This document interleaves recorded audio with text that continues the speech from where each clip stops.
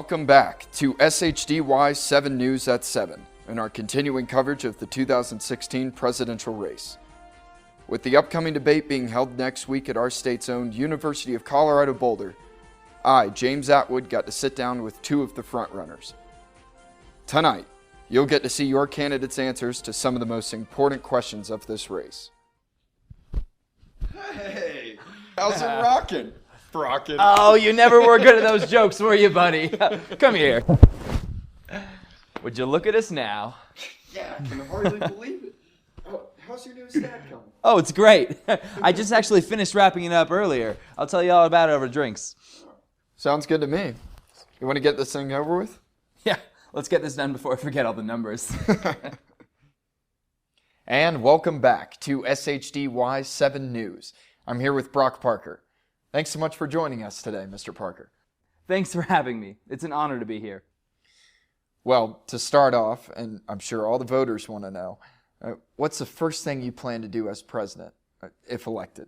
You know, James, there are just so many things I'd like to do. I just can't wait to get into office and start getting things done and to get this country back on track again.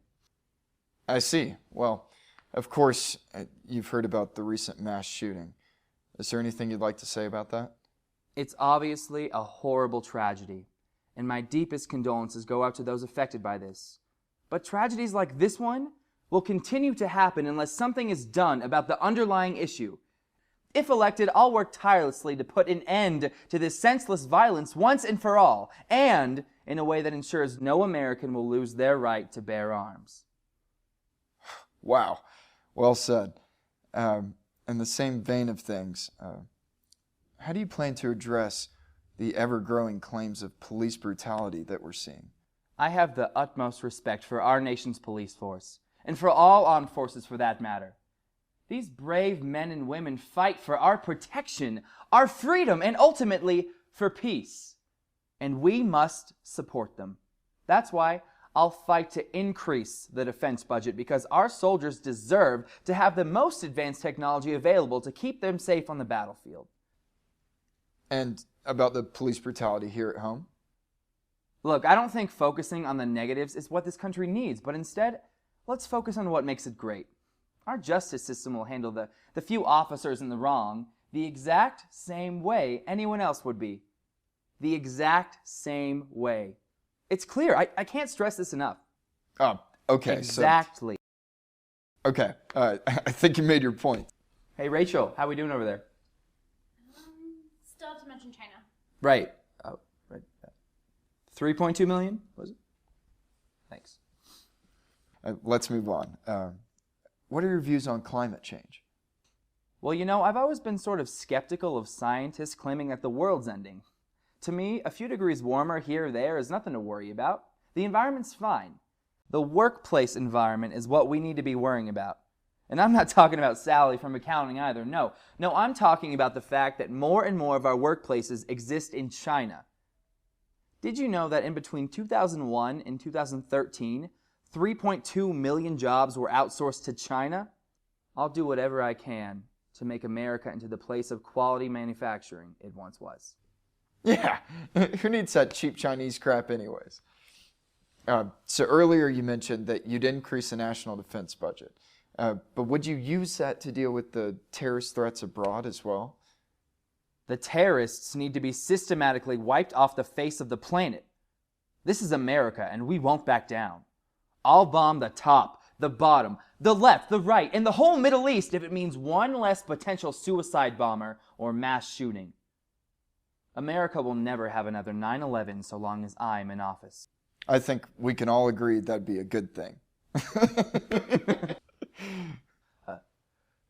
Could we take a break for a second? I think I'm good at... Oh.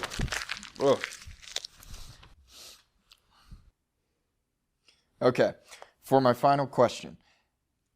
There's been a lot of controversy over the political ads that are on air.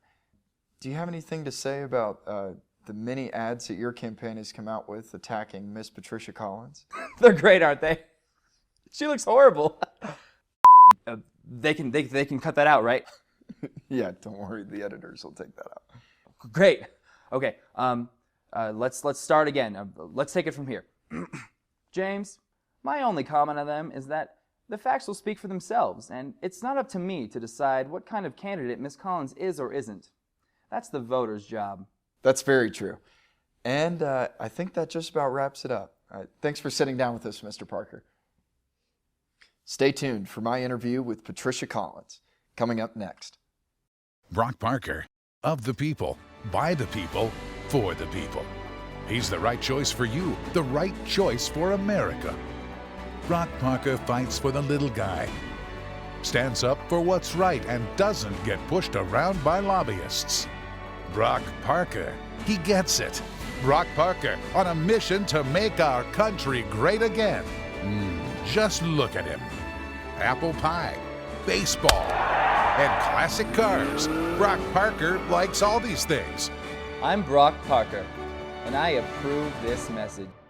The coalition of super PACs for the election of Brock Parker for president is responsible for the content of this advertising. Nervous? A little, I guess. Never have gotten quite used to it all. Ugh. This is a little strange, isn't it? Oh, no, not at all. Trust me. We just want to make sure that everyone sees you in the right light. Oh, I see. That's very clever. So, ready to get started? Could I get a glass of water? And we're back. I'm here with presidential candidate Patricia Collins. Welcome, Patty. Can I call you Patty? Well, actually, I prefer Patricia, but thank you for having me on the show. It's great to be here. Now, everyone's wondering, if you were elected, what would be your first act as president? There are many things that need some attention, but I think my first act would be to refund Planned Parenthood. Whether you approve of abortions or not, defunding them is not the solution. It's like cutting firefighters and just keeping your fingers crossed that no one's house catches fire. You know what the best way to prevent someone from having an abortion is? No, seriously, do you? No, I can't say that I do. It's to not take away what could be someone's only access to affordable preventative options. And that's not even to mention all the other general health services they provide that have nothing to do with abortion. This seems like something you're really passionate about. I assume if you are elected, your agenda would be mostly centered around the women of America. What do you plan to do about the problems plaguing men? No, which people have access to their basic human rights. Whether I agree with what they do with them or not doesn't depend on my gender, first of all. And it's not about centering my agenda on women, it's about bringing the government up to a modern-day standard of equality. So it doesn't matter whether it's a man or a woman who's being plagued. Let's move on, shall we? Of course, you've heard about the recent mass shooting. Is there anything you'd like to say about this terrible event? There's no simple answer to solve the random and inexplicable acts of violence in the world.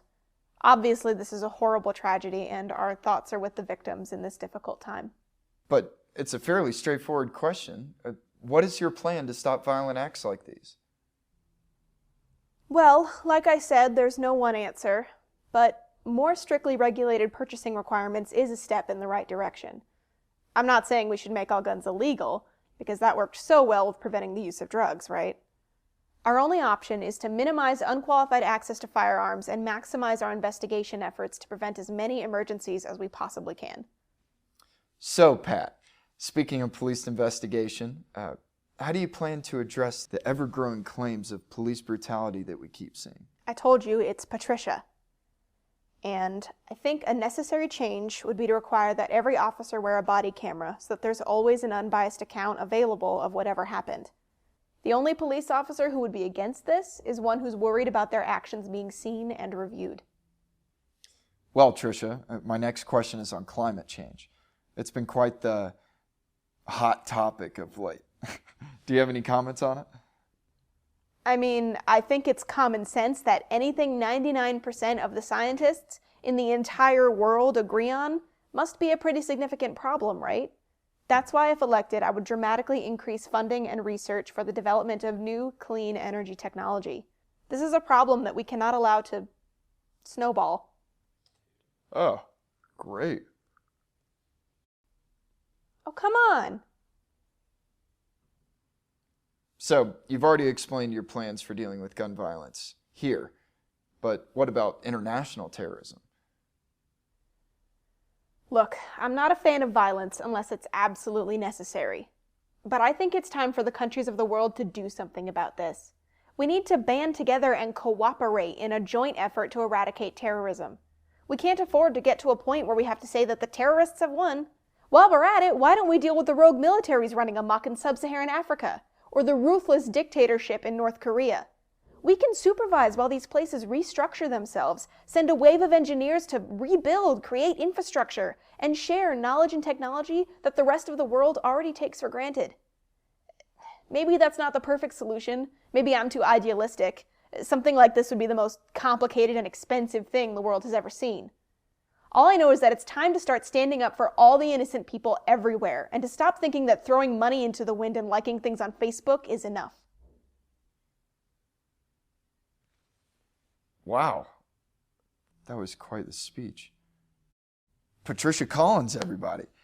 I guess my last question for you is if you want to comment on all of the negative ads produced by the Parker campaign. I think the methods he stoops to speak for themselves. Patricia Collins doesn't have any business holding an elected office. How do the people of America feel about Patricia Collins? Scared. Racist. Alcoholic. Oppressed. The terrorists have won. Go with your gut, America. Patricia Collins, the wrong way to vote on Election Day. Oppressed. Bad hair. At a loss for words. Upset. Petrified. Mortified. The terrorists have won. Patricia Collins is a hypocrite and a fraud. The terrorists have won. Patricia Collins, she doesn't just have skeletons in her closet, she's got a whole graveyard in there. The coalition of super PACs for the election of Brock Parker for president is responsible for the content of this advertising.